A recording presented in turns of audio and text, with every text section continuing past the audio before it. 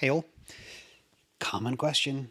I've been riddled with concern and consternation over the Bitcoin death cross. And I'm going to talk about death crosses, talk all things TA, and explain my take on where we are with this particular death cross that's looming in the future.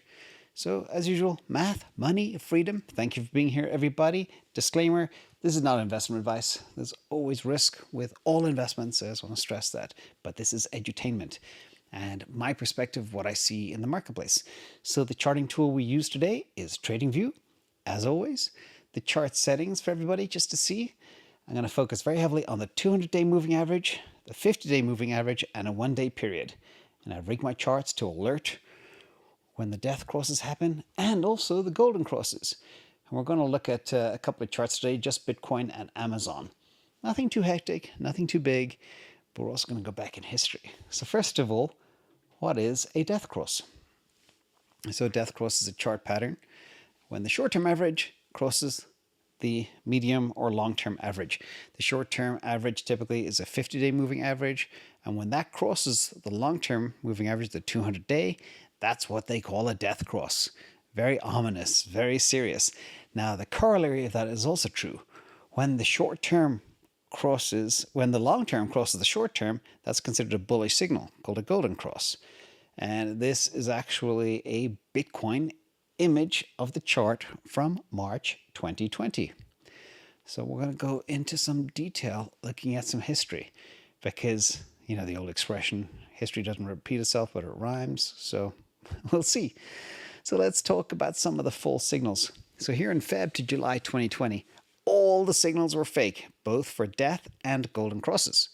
The Feb was a buy signal from the golden cross and ended up crashing. Obviously, the pandemic happened, etc. But, you know, black swan events can happen, gray swans, whatever you want to call it. If you had sold, you did not do well, especially for the death cross that warned you to sell. In fact, right after the death cross, it went up. And then the golden cross that happened afterwards, nothing happened for 3 months. So we had a quiet period for, I think, 110 days or 96 days. I can't remember the exact amount, but it was completely flat up until July timeframe. So you can see it's not a very reliable indicator, but people are freaking out. So let's go a little bit deeper. I'm going to pull up Amazon here. Amazon, as I've told you all many, many times, it's my classic range rider. Ride it from 3,000 to 3,400 like clockwork all the time. And even over the past few weeks, it has not failed. So these are two beautiful fake outs. You can see the death cross for Amazon that happened in the red line. And immediately it spiked up to $3,500 a share, above my 3,400 range. So not only did the death cross not work at all, but it was a complete fake out. Then at the top at 3,500, you had a golden cross. And of course, we tanked down to $3,200. So what's important to look at here is what I call the delta between the moving averages. When they're very, very small and very tight, you got to watch them very carefully. So that's a little bit about history on Amazon. And you can play with your own charts, configure your own, and just analyze lots. And what I like to do is set up alert indicators and lines as to when I see them. And you're going to see those a lot in these charts as well. So another Bitcoin example is from 2017. So we had the 2017 top in December 2017, and the death cross popped up, but 104 days after the top. It didn't tell you to sell. It didn't tell you bad news is coming. Now, Bitcoin had already fallen 53% by the time the death cross actually showed up.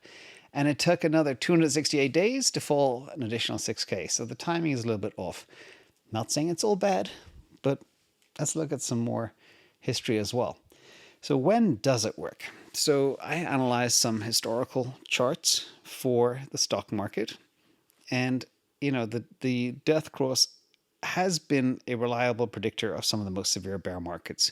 1929, 38, 74, and 2008.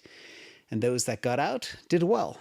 But it didn't pick up a lot. So some of the other crashes, like the dot-com crash of 2000 wasn't picked up, and a couple in the 70s, etc. So it's not, also the 1987 crash was not picked up either. So it doesn't work all the time. Historically, for the stock market, probably half the time is a safe assumption. And we saw as well that it didn't really work for Bitcoin either.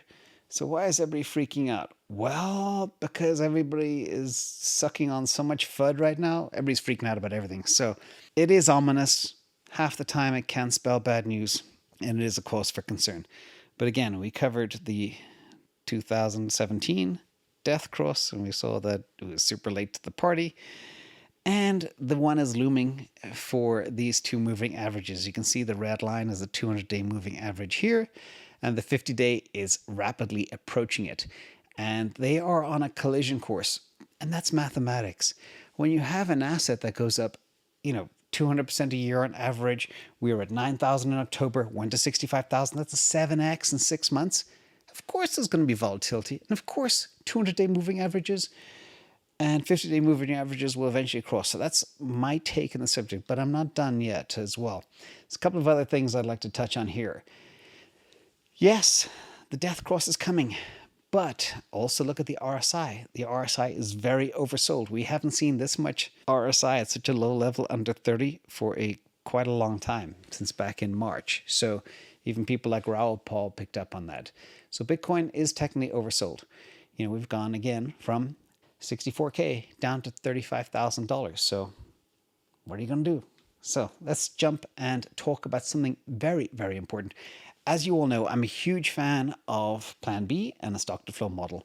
It makes all the sense in the world. And as I discussed yesterday, and as I discussed on Saturday, the El Salvador news is huge. Again, it hasn't happened yet. But if it does, the game theory of Bitcoin really kicks in. And that means the stock to flow model, it's going to go way, way, way above that, because once these dominoes start falling and countries start making Bitcoin their sovereign currency, all bets are off. So anyway, let's look at this particular chart here, and I want to point out some little observations. Historically, I mapped out when the death crosses had happened. These are the red lines with the skull and crossbones. So they happened in a couple of different times. Some may not have been watching Bitcoin at this time, but there was the early 2012. And look at the difference between the stock to flow model and where Bitcoin was.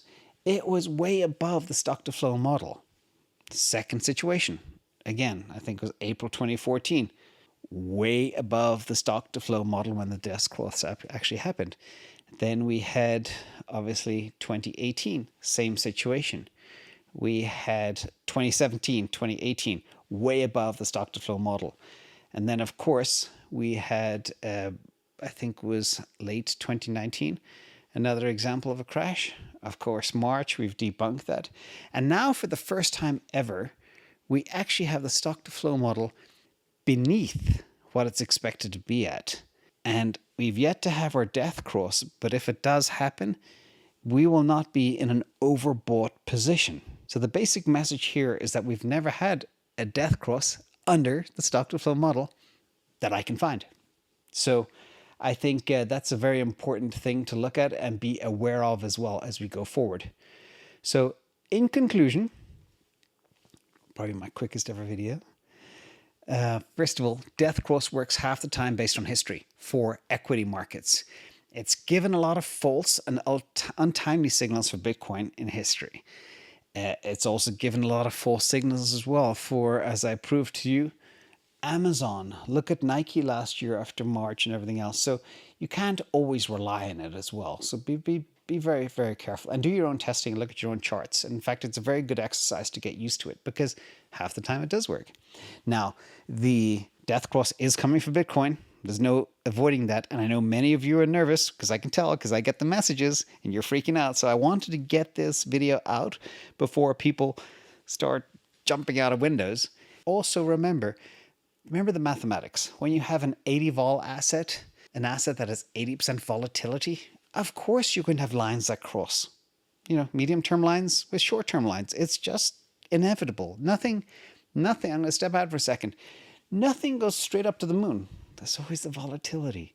And that's part of the game that we love as well. Do you want an asset that goes up 2% per year or one that goes up 200% per year?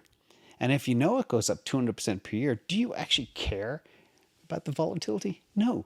But if you're clever and look at my old TA videos, in fact, check this one out here, how to DCA in using TA into Bitcoin. Very helpful. That's what you need to do. The RSI is completely oversold. And again, to my knowledge, when I've analyzed all the historical death crosses, they've always happened when the stock to flow model was when Bitcoin price is above the stock to flow model. So again, just my 2 cents. And remember, everybody, never trade on technical analysis alone. Always understand the bigger picture, the macro environment, and everything else that's going on. And again, the macro backdrop for Bitcoin, mind-blowingly positive. We know the institutions are coming. We know the insurance companies are buying. We know the sovereign countries like El Salvador, they're looking to make Bitcoin their currency. We know the Russians are buying behind the scenes. We know the miners are hoarding. We know Wall Street's gathering as much as they can. We know people are spreading FUD to shake your coins loose. Just stay strong, everybody. My 2 cents. Hope you like the content. Big thanks to everybody on Patreon. And I hope this answers a lot of questions that came in from Patreon as well, who are worried about the death cross. So again, just looking at history, I'm still very confident in the bullish picture, and don't worry too much about the charts. They're a very good indicator, very good tool. I love TA, but don't sweat it too much. Hope you like the content. Thanks all.